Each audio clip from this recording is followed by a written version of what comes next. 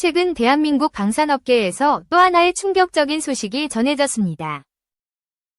KF-21 전투기의 도입을 희망하는 중동 국가가 있으며 그 수는 무려 7개국에 달한다고 합니다. 더욱 놀라운 점은 이 중에는 유럽 국가도 포함되어 있어 전 세계적으로 큰 주목을 받고 있습니다. 대한민국은 2025년까지 KF-21 수출을 위한 우선 협상 국가를 선정하고 본격적인 수출 계약 체결에 나설 계획입니다. 2025년은 대한민국 방산업계가 역대 최대 수출 기록을 달성할 것으로 예상되는 해입니다. 2023년 한국 방산 수출액은 135억 달러를 기록하며 2022년 대비 소폭 감소했으며 2024년에는 약 95억 달러로 감소폭이 더욱 커졌습니다. 이러한 감소의 주요 원인은 폴란드와의 K2 전차 2차 계약이 정치적 리스크로 인해 지연되었기 때문입니다. 그러나 방산업계는 이러한 계약 지연이 일시적인 문제일 뿐이며 2025년에는 다시 본격적으로 수출이 증가할 것으로 기대하고 있습니다. 올해 대한민국 방산업계의 수출 목표는 약 240억 달러로 설정되어 있으며 유럽, 동남아, 중동 등에서 한국산 무기에 대한 관심이 증가하고 있습니다. 한국의 무기 체계는 기술적 성능이 선진국 수준과 견줄만 하면서도 가격 경쟁력이 뛰어나고 양산 능력이 우수하며 사후 서비스까지 완벽하게 제공되는 것이 강점입니다. 이러한 차별화된 경쟁력 덕분에 한국은 세계 무기 시장에서 점점 더 중요한 위치를 차지하고 있습니다. 특히 중동 지역은 한국 방산업계의 새로운 시장으로 부상하고 있습니다. 사우디아라비아는 KF-21 전투기 도입을 가장 희망하는 국가 중 하나로 꼽히고 있으며 한국산 무기에 대한 높은 관심을 보이고 있습니다. 과거 사우디는 미국의 핵심 동맹국으로 중동에서 친미 구도를 형성해왔지만 최근 몇 년간 미국과의 관계가 점차 멀어지고 있습니다. 미국이 사우디의 F-35 전투기 도입 요청을 거부하면서 사우디는 미국에 대한 의존도를 줄이고 독자적인 안보 전략을 추진할 필요성을 절감하게 되었습니다. 또한 미국 내에서 사우디 왕실의 정치적 억압과 인권 문제에 대한 비판이 거세지면서 워싱턴의 외교 압박이 더욱 강해졌습니다. 사우디는 이에 반발하여 석유 생산량 조절을 통해 국제 유가를 흔들며 미국과 대립하는 모습을 보였습니다. 이러한 상황 속에서 사우디는 러시아, 중국 등 다른 강대국과의 관계를 강화하며 미국 중심의 외교 안보 질서에서 벗어나려 하고 있습니다.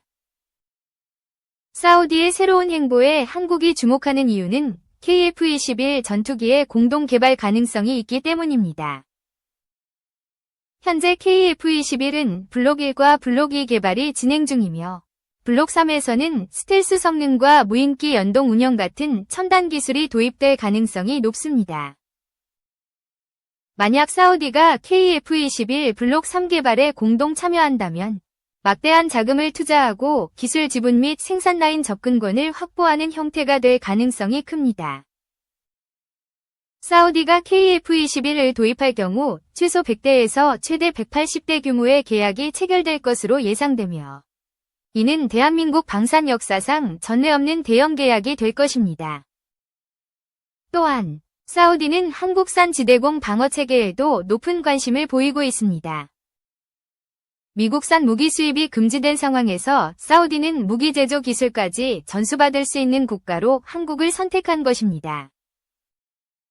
사우디는 이미 한국의 하나 에어로스페이스 및 LIG 넥스원과 방산협력 양해각서를 체결하며 협력을 확대하고 있습니다. K2 전차와 K9 자주포는 이미 여러 국가에서 성능이 입증되었으며 특히 K9 자주포는 글로벌 시장에서 60% 이상의 점유율을 차지하고 있습니다. 사우디뿐만 아니라 중동 지역 전반에서 한국산 무기에 대한 관심이 점점 커지고 있으며 향후 추가 계약이 이루어질 가능성이 높습니다. 이러한 상황에서 KF-21 전투기에 대한 유럽 국가들의 관심도 증가하고 있습니다. 폴란드는 이미 FA-50을 도입하여 운영 중이며 KF-21 도입을 적극 검토하고 있습니다. 폴란드는 기존 동구권 전투기를 대체할 공격기 도입을 고려하고 있으며 KF-21이 그 대안으로 떠오르고 있습니다. FA-50 블록 20 개량 계획이 발표되면서 능동 이상 배열 AESA 레이더와 공대공 무장이 통합될 예정이며 이에 따라 FA-50에 대한 수요도 더욱 증가할 전망입니다. 한편 터키는 KF-21 개발 경험을 활용하고 싶어하며 한국산 항공기 엔진 도입을 희망하고 있습니다. 터키는 자체 개발한 5세대 전투기 칸-위 초도 비행에는 성공했지만 후속 시제기 생산이 지연되고 있습니다. 특히 미국의 제너럴 일렉트릭 GE 엔진 수출이 제한되면서 터키의 전투기 개발 계획에 차질이 발생하고 있습니다. 이에 따라 터키는 한국의 하나 에어로스페이스가 개발 중인 KF-21용 제트 엔진을 도입하려는 움직임을 보이고 있습니다. 전반적으로 대한민국은 KF-21을 중심으로 한 전투기 수출 확대를 추진하고 있으며 유럽과 중동을 포함한 다양한 국가들과 협상을 진행 중입니다. 방산업계는 정치적 리스크를 극복하고 기술 독립을 이루기 위한 노력을 지속해야 하지만 현재까지의 성과는 매우 긍정적입니다. 2025년 한국 방산업계가 역대 최대 수출 실적을 달성하며 세계 방산 시장에서 중심적인 역할을 하기를 기대합니다. KF-21 전투기의 성공적인 수출을 통해 대한민국이 글로벌 방산 강국으로 도약하는 날이 머지않았습니다. 한국항공우주산업이 아랍에미리트와 다목적 수송기 공동 개발 프로젝트를 본격화한다.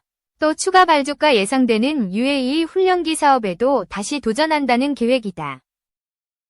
18일 현지 시각 아랍에미리트 아부다비에서 열린 IDEX 2025 방산 전시회에서 만난 강구영 KAI 사장은 UAE와의 다목적 수송기 탐색 개발 계획을 밝혔다. 앞서 대한민국과 UAE는 2023년 1월 정상회담에서 전략적 방위산업 협력을 약속하면서 차세대 수송기 공동개발 협력에 대한 양해각서를 체결했었다. 수송기 개발이 완료되면 급유기와 해상초계기, 공중발사체, 소방형, 무인기 등 다양한 특수임무기로 활용이 가능할 전망이다. 강 사장은 차세대 수송기 공동개발 추진을 약속한 이후 UAE 측과 사업 구체화를 위한 논의를 진행해왔다면서 UAE는 자신들뿐만 아니라 한국군도 운용하는 항공기여야 한다는 요구를 하고 있어 우리 군 소요의 차세대 수송기 개발을 반영하는 노력을 하고 있다고 말했다. 우리 공군의 C-130 수송기 교체 소요가 있는데 이를 대체하는 항공기로 UAE와 공동 개발하는 다목적 수송기를 추진하겠다는 것이다. 공군도 이 같은 요구사항을 반영해 소요를 제기한 상태로 현재 합동참모본부 통합소요기획 절차를 진행하고 있다. 늦어도 내년에는 연구개발의 첫 단계인 탐색개발을 시작하겠다는 구상이다. 우리 군이 운용 중인 프로펠러 C-130 계열과 달리 터보팬 엔진을 탑재한 형태로 약 30T급으로 개발을 추진한다는 계획이다. 함께 KAI는 UAE 고등훈련기 사업도 기대하고 있다. 앞서 KAI FA-50은 총 48대 규모의 UAE 고등훈련기 사업에 도전했지만 중국 L-15에 밀려 고배를 마셨다. 강 사장은 UAE는 중국과 우선 L-15 12대 구매 계약을 체결했는데 이 항공기가 UAE의 요구 조건을 충족하지 못하면서 UAE가 다시 우리 FA-50에 관심을 보이고 있다고 전했다. UAE가 36대 사업을 추가 발주할 가능성이 높다는 얘기다. 이에 더해 UAE는 KF-21 공동개발위사도 타진하고 있다. UAE는 5세대 스텔스 전투기 도입을 희망하고 있지만 미국의 F-35 판매겁으로 KF-21에 주목하고 있다. KF-21은 4.5세대 전투기로 공대공 무장 능력을 갖춘 블록 단계와 공대지 전투 능력을 구비한 블록 2 이후 블록 3단계에서는 스텔스 기능 적용을 검토하고 있다. KAI는 UAE의 5세대 KF-21 전투기뿐 아니라 다목적 무인기를 적용한 유무인복 합형을 제안했다. 이를 위한 한 UAE 당국 간 검토회의가 지난해 진행됐다. 강 사장은 사우디아라비아 역시 5세대 스텔스 전투기 확보를 위한 전 단계로 올해 토네이도 IDS 계열 전투기 교체를 위한 4.5세대 전투기 도입 사업을 추진하고 있다면서 KF-21의 진화적 개발 계획과 궤를 같이 할 수 있어 수주 총력전을 벌이고 있다고 말했다. 2. 유럽 군비 특수 대서양 건너 RTX의 착지. 다만 관련 추정 시장의 일부만 현실화한다고 해도 방산업의 특성상 초기 계약이 후속 사업으로 이어질 가능성이 크기 때문에 관련 신규 시장은 장기 고정 수입을 창출할 기반이 될 수 있다. 무기 체계는 한 번 도입하면 장기간 운용되고 이 과정에서 정비와 성능 개량, 추가 구매 등 지속적인 매출이 발생해서다. 또 최소 3% 기준이 정착되면 매년 지속되는 안정적인 수요 기반이 더 공고해진다. 4. 방공체계 수혜. RTX에서 수혜 기대감이 집중되는 곳은 패트리엇 방어 시스템 등의 판매를 담당하는 방위미사일 부문인 레이시온. 작년 4분기 전체 매출액의 약 33%이다. 패트리엇은 실전에서 검증된 전투 성능, 다목적성, 나토 회원국 간의 상호 운용성 덕분에 유럽에서 선호되고 있다. 패트리엇은 현재 나토 일부 회원국뿐 아니라 세계 총 19개국에서 운용된다. RTX의 사업부는 세 가지로 구성된다. 첫째는 항공기 부품과 정비 서비스를 전문으로 하는 콜린스 에어로스페이스, 매출액의 34%. 둘째는 여객기와 군용기 등 항공기용 엔진 제조 사업부인 프레센드 위트니, 34%. 셋째는 미사일 방어 시스템을 전문으로 하는 레이시온, 32%이다. 세 개 사업부 모두 비슷한 비중으로 균형 잡힌 포트폴리오를 차지하고 있다.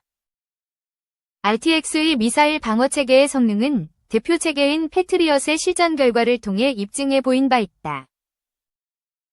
우크라이나 전장에서 Su-34 전투기와 킨짤 극초음속 미사일 등 여러 러시아 무기를 성능적으로 요격해 우수한 작전 능력을 입증했다는 평가가 나온다. 또 전술 탄도미사일, 순항미사일, 드론, 항공기 등 각종 공중 위협에 대응할 수 있는 능력은 물론 세계 19개국이 운용 중이라 국가 간 공동훈련과 실전 운용이 가능하다. 올해 유럽에서의 연이은 대형 계약 체결이 RTX의 미사일 방어 체계의 선호도를 실증한다.